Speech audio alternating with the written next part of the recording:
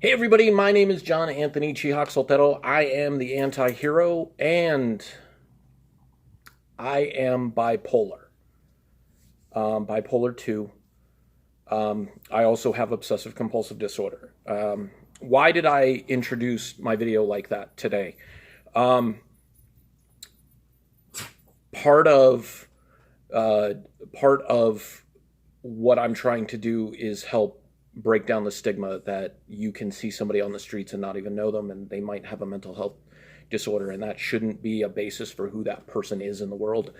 And two, and more important to me, is that I am trying to break that stigma down for myself. My entire life, I have, I guess some people might say struggled with, I would say lived with obsessive compulsive disorder since a young age of 11 or 12 when it kicked in, and then at age 12 when it was formally diagnosed. Um, and then for, I don't even know how many years, but looking back after being diagnosed this past Thursday, December 5th, 2019, I look back and I see yes. I didn't want to admit it, but it's definitely there. And I've had a couple of people in my life, a couple of friends say that they didn't see, they don't see me as being bipolar. They don't see those tendencies. They have people in their lives or people that they know who are bipolar, and maybe those individuals are bipolar 1, which is a much more extreme version. Um, but the other facet to it is for many, many years while I was drinking and getting worse and worse with my drinking, the only people who knew about it were me and the other people who lived in my house, because I hid it really, really well. With the rest of my family, with my friends, people didn't know. And I think I kind of do that as well. Whereas we see on television, we see in movies, somebody who's bipolar, it's these very extreme opposites, and they are exaggerated to the points where it's in a way it's almost comical. But everything in life and everything like in comic books and movies and television and music and things, it's exaggerated because it's trying to get the point across. If you do something subtly, people don't notice. But if you do something so exaggerated, people see it and they pay attention, and sometimes it gets the wrong attention. I am also making this video because I do my best not to make excuses for the behaviors that I have. And now I kind of better understand that the way I've been feeling for a good portion of my life, but most recently the last couple of months, where I feel I'm getting agitated at people for smaller things. I feel angry. I feel validated in being angry. I almost use it as a tool, a propulsion of where I am. But when I get down about maybe not making as much progress on the Bubble Patrol, it doesn't necessarily spur me into action to be like, well, I'm going to get 5 pages done this week. And that's how my mind works. I will sacrifice socializing to stay home and work out, and push myself to the point where my elbow and my wrist and my shoulder and stuff start hurting. But I look at that as just a price to getting where I want to be physically. And I have said this for years and years and years. My end goal in this world is just to be happy. Whether I make $1 million a year or whether I make what I'm making now for the rest of my life, I just want to be happy. And I kind of lost sight of that for a while. But today and on Thursday after my diagnosis, the first person I spoke to was my sister. And I met with her in person today, and I met with my dad today, and I told him, and I told my mom yesterday about the diagnosis, and my mom immediately saw it. She was like, yeah, that makes sense. And while there was no pushing to, like, maybe you should get reevaluated, maybe you should do this, like, that's who my mom is. Like, she is the most resilient and amazing human being I've ever met. And I feel extremely fortunate to have her as my mom, because I don't think anybody else could have done the job that she did and helped get me to this point. And me and my dad's life together has been rocky from the time I was, starting puberty and starting to have issues with my mental health. Not that that necessarily has to do with the other, but it was always difficult for me and him. And one time, I believe it was in 2013, I snapped at him because I was done being intimidated by him. Not that he was doing that to me. That's how I internalized it. And that's part of being bipolar.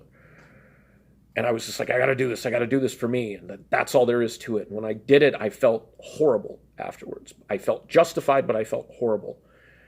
And it took a couple of weeks to speak to him again. And right here at my desk, I have a card that he wrote me.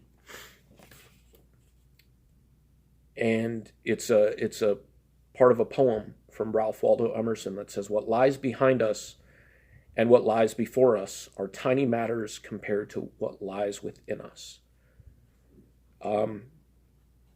This was in May of 2013.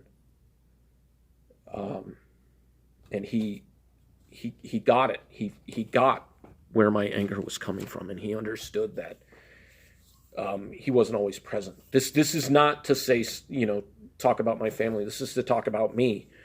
Again, how my mind sidetracks from things. And I went into my new psychiatrist's office and filled out the MOD or MDQ, the mood disorder questionnaire, and it had a lot to do with anxiety and depression. And I'm just answering these questions, answering them, didn't pay attention to one of the pages which said in the last 2 weeks. And then I re-looked at it and I was just like, yeah, well, it's still totally viable. And the doctor looked at it.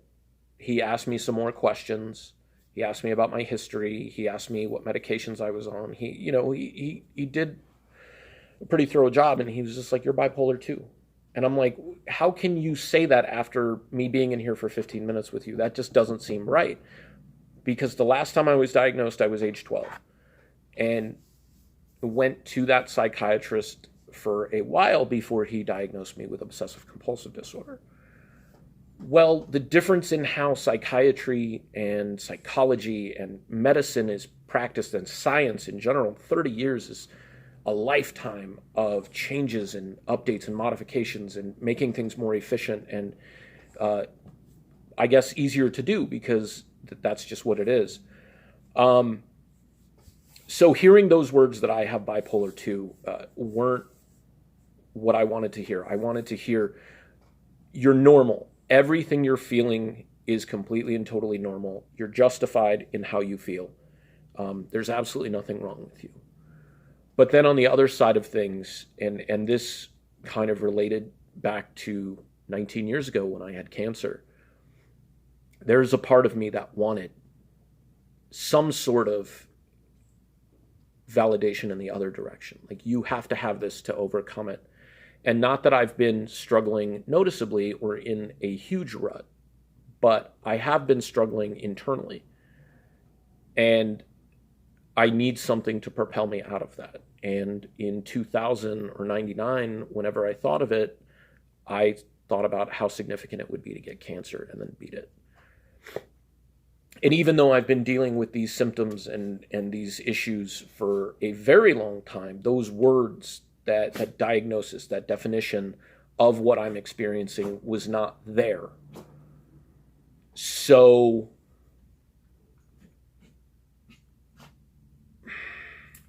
in a way, it helps me focus that, okay, this is what it is, but that's not who I am.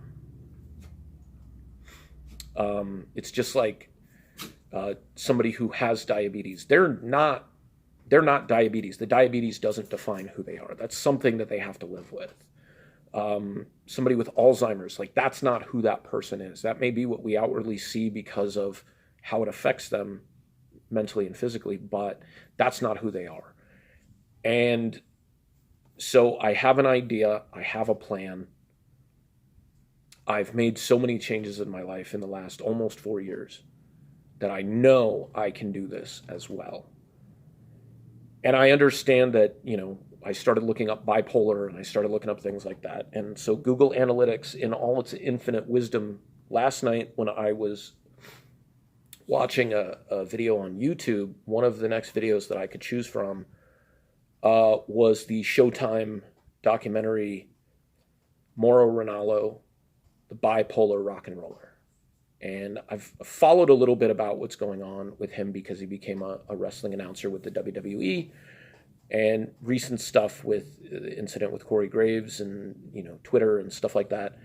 I watched it. It was like an hour and a half long documentary about his entire life and how he has struggled and triumphed with bipolar. And not that I'm comparing what I'm going through to what he goes through, because everybody is different.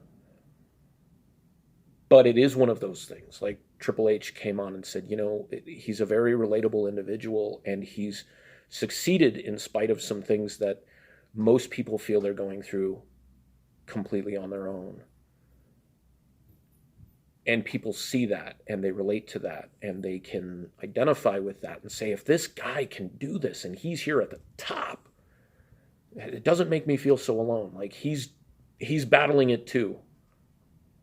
And even though I've fought with mental health almost my entire life, certainly my entire adult life, or adolescent to adult life, and I've seen the triumphs that I can achieve, and I've been supported by friends and family, and the affirmations that I've gotten from my mom and my sister and my dad, and some other friends.